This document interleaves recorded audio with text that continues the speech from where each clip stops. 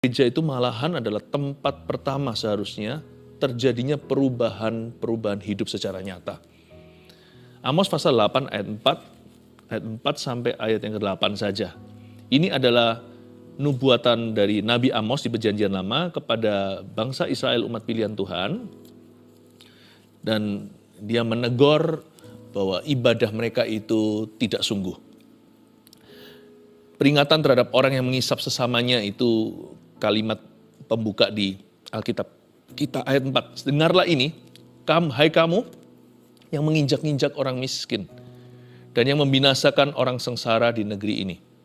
Dan berpikir, bilakah bulan baru berlalu supaya kita boleh menjual gandum? Dan bilakah hari Sabat berlalu supaya kita boleh menawarkan terigu? Dengan mengecilkan eva, membesarkan shikal, berbuat curang dengan neraca palsu. Supaya kita membeli orang lemah karena uang, dan orang yang miskin karena sepasang kasut, dan menjual terigu rosokan. Tuhan telah bersumpah demi kebanggaan Yakub, bahwasanya aku tidak akan melupakan untuk seterusnya segala perbuatan mereka. Tidakkah akan gemetar bumi karena hal itu, sehingga setiap penduduknya berkabung? Tidakkah itu seluruhnya akan naik seperti sungai Nil, diombang-ambingkan dan surut seperti sungai Mesir? Nggak usah dibaca ya, saya tambahkan satu aja ayat 10, sekedar sesuatu untuk bisa memahami konteksnya. Sebenarnya Tuhan bukannya menegur orang Israel karena mereka tidak memperhatikan orang miskin, mereka curang dalam berbisnis, bukan itu aja. Tapi teguran Tuhan itu dikarenakan ibadah mereka itu pura-pura. Dan Tuhan tidak berkenan. Kalau itu dilakukan oleh orang berdosa di luar sana, ya oke lah. Mereka nggak tahu kebenaran. Tapi kalau anak-anak Tuhan yang ke gereja, harusnya diajari firman, harusnya masuk hadirat Tuhan. Pasti terjadi perubahan. Makanya di ayat 10 saya tambahkan, aku akan mengubah perayaan-perayaanmu menjadi perkabungan. Your celebration maksudnya. Dan segala nyanyianmu menjadi ratapan. Aku akan mengenakan kain kabung pada setiap pinggang dan menjadikan gundul setiap kepala. Aku akan membuatnya sebagai perkabungan karena kematian anak tunggal sehingga akhirnya menjadi seperti hari yang pahit, pedih, dan sebagainya. Mari kita sekarang perhatikan dulu Tuhan menghendaki apa untuk terjadi di dalam gereja. Yang ayat 4 dulu, dengarlah ini, kamu yang menginjak-injak orang miskin dan yang membinasakan orang sengsara di negeri ini. Tuhan senang ibadah kita, tapi Tuhan lebih suka ibadah kita itu sungguhan dan menghasilkan perubahan di dalam diri kita. Tuhan bukan suka ibadahnya karena ibadahnya. Karena orang-orang yang menyembah berhala juga beribadah. Tuhan gak suka ibadahnya karena Tuhan gak membutuhkan ibadah manusia. Karena malaikat nyanyinya lebih gak fales. Dan juga segala ciptaan di dunia ini, burung berkicau, hewan-hewan dengan suaranya yang khas masing-masing, bahkan angin berhembus, itu semuanya memuji Tuhan. Langit dan bumi, pujilah Tuhan. Seluruh cakrawala dan ciptaan itu memuliakan penciptanya. Kalau Tuhan memang mau nyanyi-nyanyian, atau mau mendengarkan kata-kata yang indah, gak perlu pakai kata-kata. Coba kalau Anda dan saya pergi ke hutan, atau pergi ke tempat yang alamiah, ya, alam semesta itu indah. Setiap suara-suaranya itu gak bisa dipalsu dengan teknologi. Berada di alam itu sangat refreshing, sangat menyejukkan, dan sangat menyegarkan. Bahkan sangat sehat sekali. Udaranya segar, di pegunungan. Semuanya itu kanvasnya Allah, langit dan cakrawala. Segala sesuatu bunyi-bunyian itu gak saling janjian. Nanti di sebelah situ dengar bunyinya, bunyi burung berkicau. Lalu bisa memadu dengan begitu indahnya dengan angin. Itu semuanya melodi. Itu semuanya not baloknya Tuhan. Jadi Tuhan gak suka ibadah kita karena ibadah kita. Karena manusia itu gak bisa mempersembahkan ibadah yang sempurna. Tapi yang Tuhan cari adalah sesudah kita datang beribadah, perubahan hidup kita. What God wants is justice. Apa yang Tuhan inginkan adalah keadilan. Righteousness, kebenaran. Holiness, kekudusan. Love, kasih. Joy, sukacita. Peace, damai sejahtera. To walk humbly with Him, untuk berjalan dengan kerendahan hati. To love mercy, untuk mencintai kemurahan hati. To do justly, untuk melakukan apa yang adil dan benar di mata Allah. Dan juga di mata manusia pada akhirnya. Itu yang Tuhan inginkan. Dengarlah ini. Tuhan bukan suruh kita mendengarkan hati, mendengarkan firman Tuhan. Itu seperti orang yang mendengarkan background musik ketika kita di mall contohnya.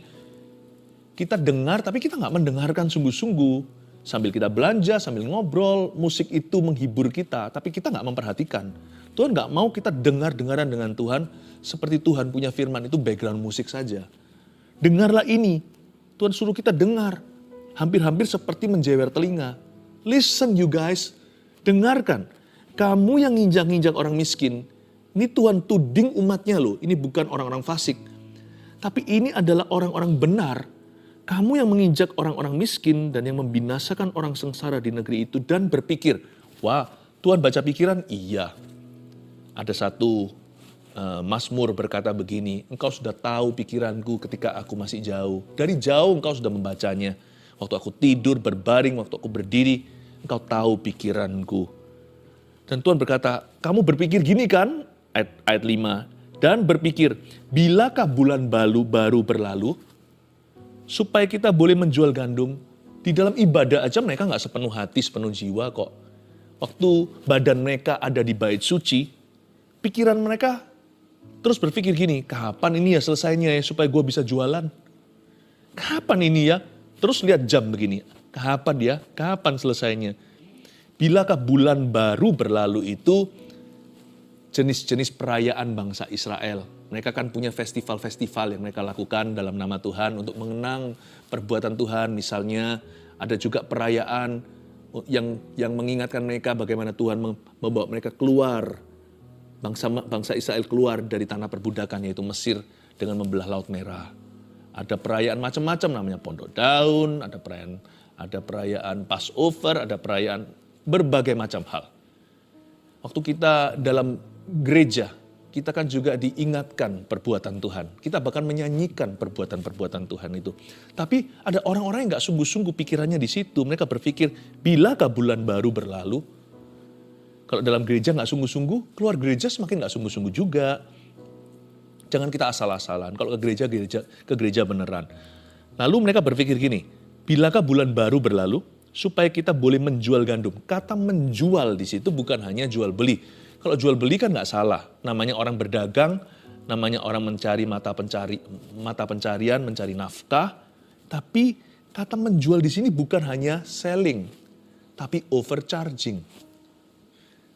Ini beda loh. Di dalam gereja bisa ada pikiran busuk. Nanti saya mark up barang dagangan saya. Atau kalau saya belikan untuk bos saya mark up itu. Saya tambahkan sekian puluh % supaya saya dapat keuntungan sampingan. Atau dapatkan profit ekstra. Di dalam gereja loh bisa berpikir gitu. Bilakah bulan baru berlalu supaya kita boleh menjual gandum. Supaya aku bisa overcharge customerku atau pelangganku. Harganya segitu saya gasak dia. Atau kalau saya diberikan kepercayaan, saya tangan kanan siapa, saya mark up setinggi-tingginya. Atau dia nggak tahu bedanya. Wah, nggak boleh. Tuhan benci neraca palsu ya. Dan bilakah hari Sabat berlalu, hari Sabat orang Yahudi itu Sabtu, kalau kita di Indonesia ya, atau kebanyakan negara itu minggu yang disepakati oleh pemerintah sebagai hari liburan. Nggak masalah sih, nggak ada hari sakral. Hari itu ya hari lah, cuman manusia yang kasih nama. Ini hari ke-6, ke-7, ke-8, pokoknya 7 hari kita istirahat. Ada di orang Yahudi, Sabtu adalah Sabat. Bagi kita hari Minggunya. Pokoknya, pada waktu kita di gereja, mereka itu berpikir begini, bilakah hari Sabat berlalu? Kapan ya? Senin lagi, supaya kita boleh menawarkan terigu. Dengan mengecilkan Eva, membesarkan sikal. Ini kan markup. Berbuat curang dengan raca palsu. Jadi bukan menawarkan terigu. Kalau Anda baca di ayat 6, supaya kita membeli orang lemah karena uang, nanti saya jelaskan. Orang miskin karena sepasang kasut, nanti saja. Dan menjual terigu rosokan. Jadi barang kadaluarsa yang mereka jual, nggak apa-apa. Kalau perlu ditempel gitu ya, di atasnya. supaya nggak tahu. Pokoknya curang lah. Kok bisa ya umat Tuhan ke rumah Tuhan tapi curangnya nggak hilang. Ini gimana ya? Saya nggak ngerti. Apakah tapi masalahnya gini, Tuhan seolah-olah biarkan. Karena Tuhan tidak mengambil hak bebas kita. Tapi Tuhan menegur lewat nabi. Nah kalau kita tidak indahkan teguran, nanti di ujung-ujung hidup kita ketemu Tuhan. Tuhan tuh nggak akan paksa kita berbuat baik. Sebab kita ini manusia punya kehendak bebas. Kita diciptakan dalam gambar dan rupa Allah, itu berarti kita punya kehendak bebas. Seperti Allah. Tapi kita bukan Allah. Kok bisa curangnya nggak hilang? Dia malah pikir begini, aku kepingin supaya hari Sabat ini berlalu, Sabtu atau Minggu itu. Supaya aku bisa menawarkan terigu, ditambahi ayat 6, terigu rosokan. Dengan mengecilkan Eva, besarkan Shikal. Tak jual semahal-mahalnya barang yang gak layak untuk diberikan. Berbuat curang dengan neraca palsu. Kok bisa begitu?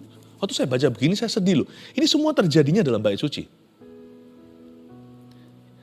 Karena itu banyak orang jadi kepahitan sama orang Kristen kan, sekarang kita ngerti kan, bukan Tuhannya. Kalau Tuhan tulis di Amos itu berarti Tuhan sendiri nggak setuju. Tapi kenapa Tuhan nggak hukum mereka? Jangan tuntut hukuman lah. Kalau Tuhan hukum mereka ya Tuhan juga harus hukum kita. Berani kita dihukum sama Allah? Saya sih takut sih.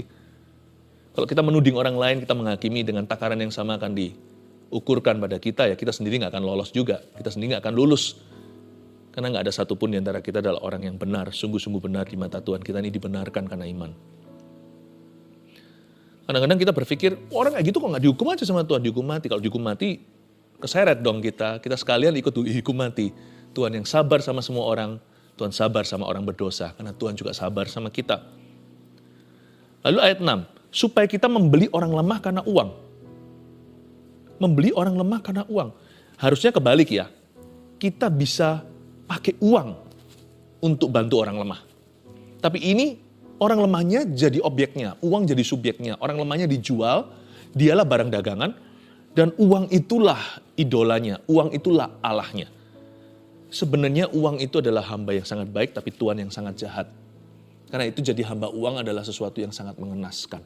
Cinta akan uang adalah akar segala kejahatan. Uang bukan akar kejahatan, cinta akan uang. Mencintai uang itulah akarnya segala kejahatan. Memang uang gak bisa beli segala sesuatu, betul ya?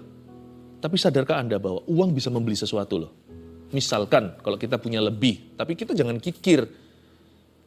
Hasil usaha kita jikalau diberkati sama Tuhan, kita jangan pelit. Kenapa? Karena cuma-cuma kau menerimanya. Jadi payamu gak sebanding ngasih karunianya.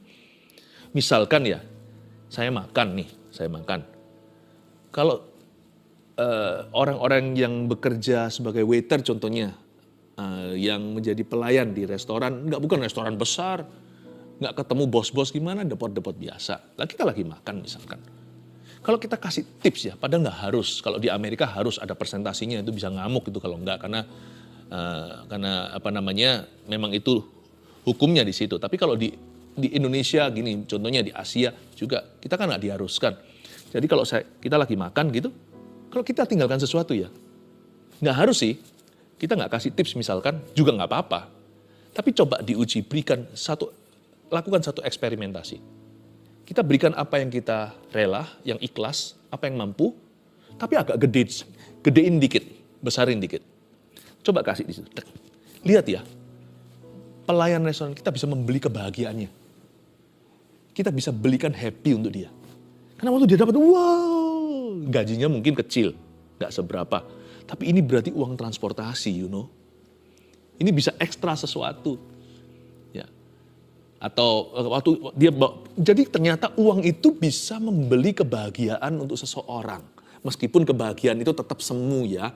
Bahagia atau sukacita sesungguhnya adalah diselamatkan oleh Tuhan. Nama kita tertulis dalam kitab kehidupan. Tapi kalau ada orang lapar, jangan bilang nanti aja yang penting masuk sorga. Dia tetap harus perlu makan.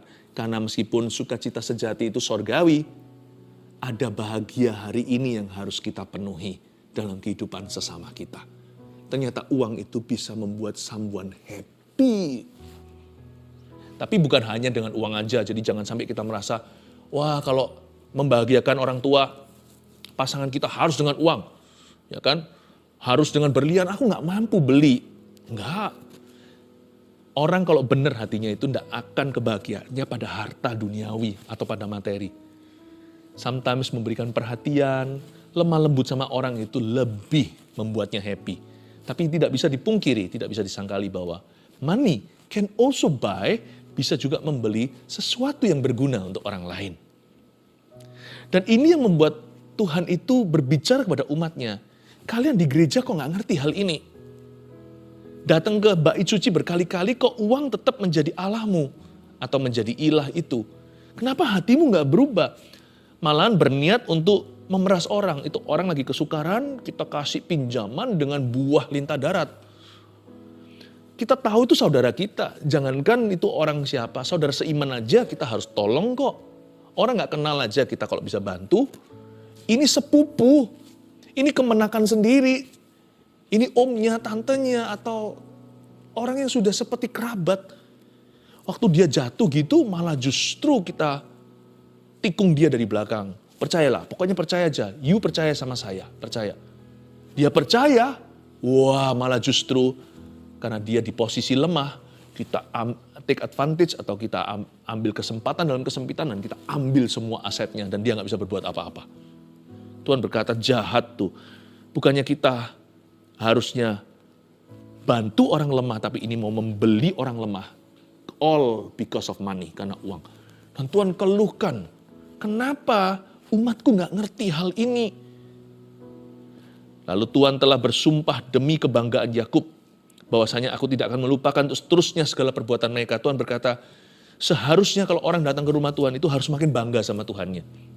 Dia bukan bangga sama uangnya, bukan bangga sama pencapaiannya, bukan bangga sama koneksinya, bukan bangga sama apa yang dia miliki, yang dia punya. Akulah kebanggaan Yakub. Intisari daripada ibadah adalah worship. Worship God as He is. Intisari daripada ibadah kita itu bukan acara atau program atau rundown, seperti event organizer, I.O., seperti setelah ini apa, pengumuman, lalu nyanyian dan sebagainya. Bukan, intisarinya itu sentralnya adalah the people of God, umat Allah, worshiping God. Menyembah Tuhan. Dan Tuhan berkata, if you worship me, Tuhan ngomong gini sama umatnya, kalau kalian menyembah aku, kata Tuhan, kebanggaanmu hanyalah aku. Akulah satu-satunya kebanggaanmu. I am your only pride. Wah, itu dia harus makin bertambah, aku harus makin berkurang. Ya Tuhan, ku datang kepadamu Tuhan, ku serahkan seluruh keangkuhan. Waktu aku masuk hadiratmu, seluruh keangkuhanku hilang. Tidakkah akan gemetar bumi karena hal itu? Sehingga setiap penduduknya berkabung. Ini juga bicara tentang hadirat Allah kan. Kalau hadirat Allah itu sungguh-sungguh diresapi, coba pikirkan apa artinya. Hadirat Tuhan itu membuat gemetar bumi karena hal itu. Tidakkah untuk seluruhnya akan naik seperti sungai Nil diombang-ambingkan dan surut seperti sungai Mesir. Ketika hadirat Tuhan turun atas bait suci, memenuhinya di zaman Salomo mendedikasikan bait Allah. Itu imam gak bisa melanjutkan ibadah. Tidak bisa melangsungkan kebaktian. Karena tempat itu goncang. Ketika para rasul, bukan bait suci ini, waktu mereka itu lagi berkumpul bersama. Itu kan gereja. Mereka berdoa. Lalu turunlah Roh Kudus waktu Pentakosta. 120 orang itu merasakan bahwa Roh Kudus turun bukan hanya atas mereka, tapi atas tempat mereka adakan pertemuan. Tempat itu goncang. Nantinya juga terjadi gempa bumi sungguhan. Doa mereka yang tercatat, doa korporat kedua kali setelah mereka dianiaya, setelah Petrus disesah, mereka berdoa, beri kami keberanian untuk memberitakan Injil. Sertai dengan tanda-tanda heran, goncanglah tempat mereka berkumpul. Ketika Paulus dan Silas berada di penjara Filipi, Kisah Para Rasul 16, gempa bumi, semua pintu penjara terbuka lebar-lebar, namun tak ada satupun nabi yang lari. Coba kalau Anda bayangkan, tidak akan gemetar bumi karena hal itu, bicara tentang hadirat Allah. Hadirat Allah itu selumrah dan seyogyanya menghasilkan apa dalam diri hati orang-orang yang percaya, orang-orang yang mengalami perjumpaan itu, yaitu takut akan Allah. Pasti. Orang kalau ketemu Tuhan tidak jadi takut sama Tuhan itu nggak mungkin sudah ketemu Tuhan. Nggak mungkin. Kalau kita ngaku-ngaku Tuhan datang tapi kita nggak semakin takut sama Tuhan, Tuhan nggak datang tadi. Entah itu di pesta Anda atau di rumah Anda, persekutuan Anda atau di pelayanan atau di gereja, nggak datang. Kalau Tuhan datang, manusia akan takut. Gentarlah atau gemetarlah bumi, bahkan surut juga sungai Nil di hadapannya. Saya kasih 3 poin seperti biasanya. Sepulang dari gereja harus bagaimana? Ini sebagai patokan untuk kita setiap kali kita ke gereja, ingat sepulangnya harus begini. Sepulang dari gereja kita harus bagaimana? 1, kita harus lebih adil dan lebih jujur dalam bisnis sehari-hari.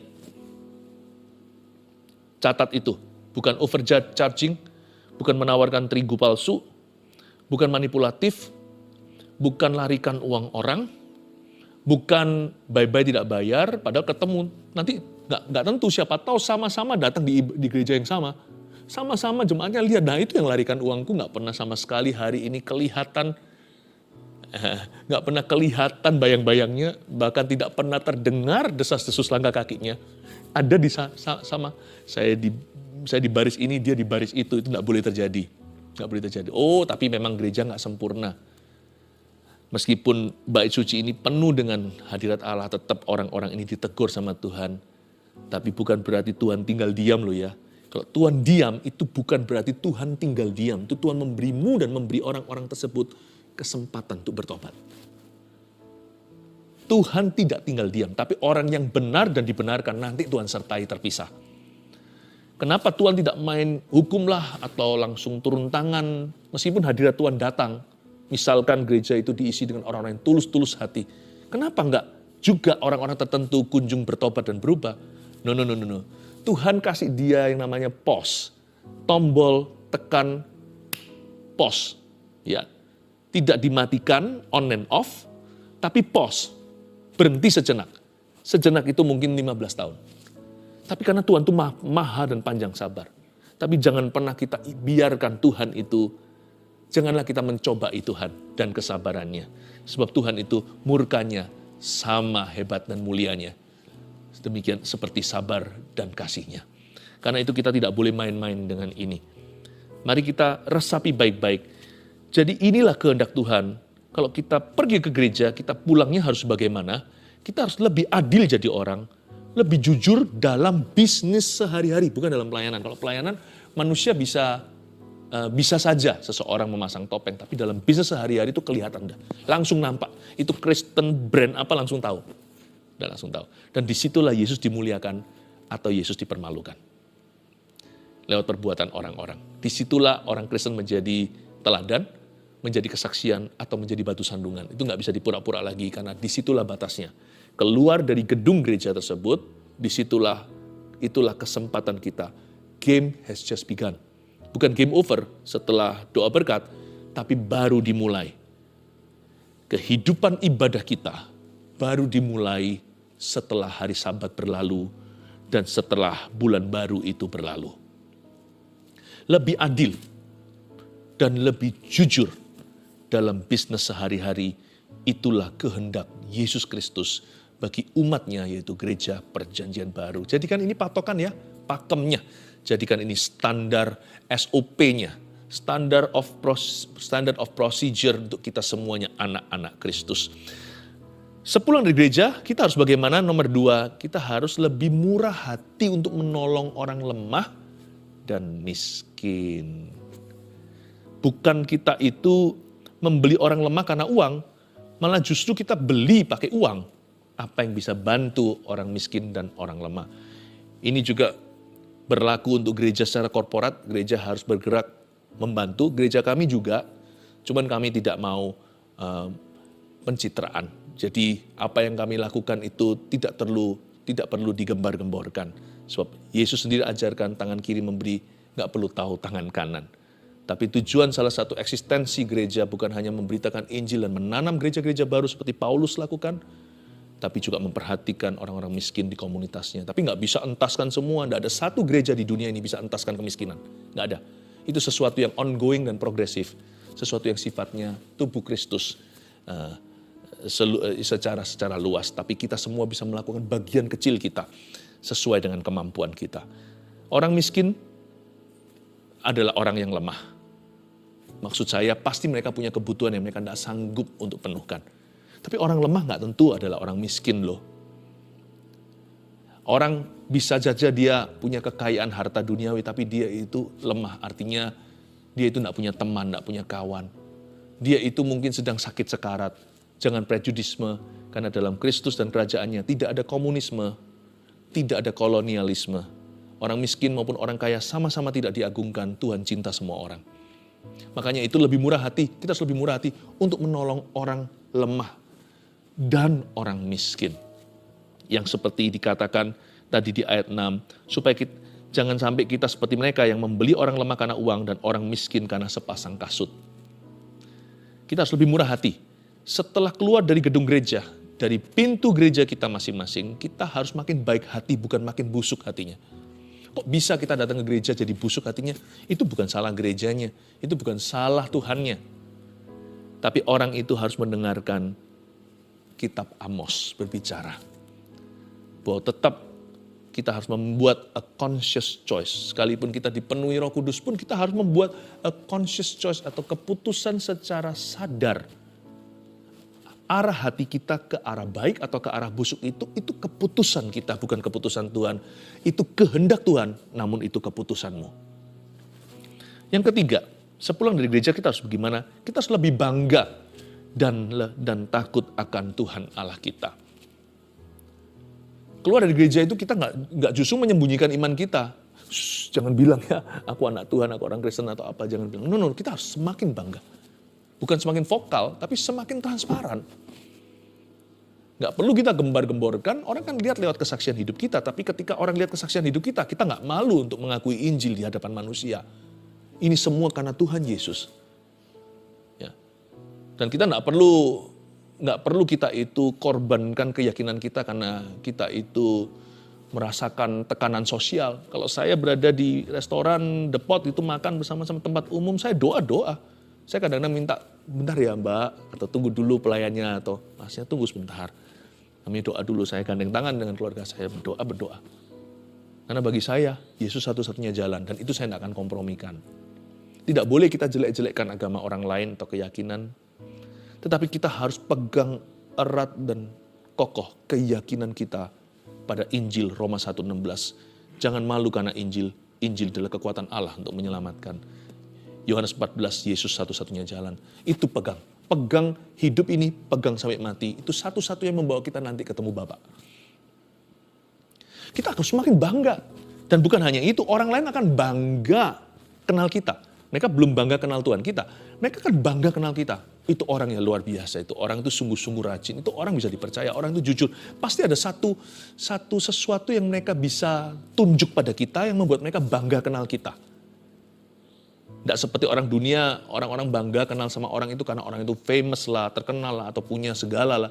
Enggak, tapi kita punya karakter-karakter yang orang-orang di dunia bisa mengakui bahwa itu sesuatu banget, itu sesuatu sekali. Aku bangga loh kenalannya. Ini orang muda yang beda, atau itu loh orang tua, lihat pernikahannya lain orang itu sama orang-orang yang lainnya lain. Cowok seperti itu udah gak ada lagi, gak tahu lah bahasa mereka itu nanti bahasa yang mendarat sekali. Tidak perlu pakai bahasa rohani, mereka kan bisa menyebutkan kelebihanmu apa karena engkau mengikut Kristus. Sedangkan mereka sendiri belum ikut Kristus, nanti mereka akan kenal Tuhan karena kita. Itu yang disebut lebih bangga dan karena kita takut akan Tuhan. Ya, 3 hal ini catat lagi, saya review sekali lagi. Sepulang dari gereja kita harus bagaimana? 1, kita harus lebih adil dan lebih jujur dalam bisnis sehari-hari. 2, kita harus lebih murah hati untuk menolong orang lemah dan miskin. 3, kita harus lebih bangga sama Tuhan. Kita harus lebih bangga dan takut akan Tuhan Allah kita. Mari masuk sekali lagi ke dekat, masuk ke dalam tata kasih karunia itu, mendekati tata kasih karunia, masuk ke dalam hadirat Allah, masuk lebih dalam lagi bersama dengan kami.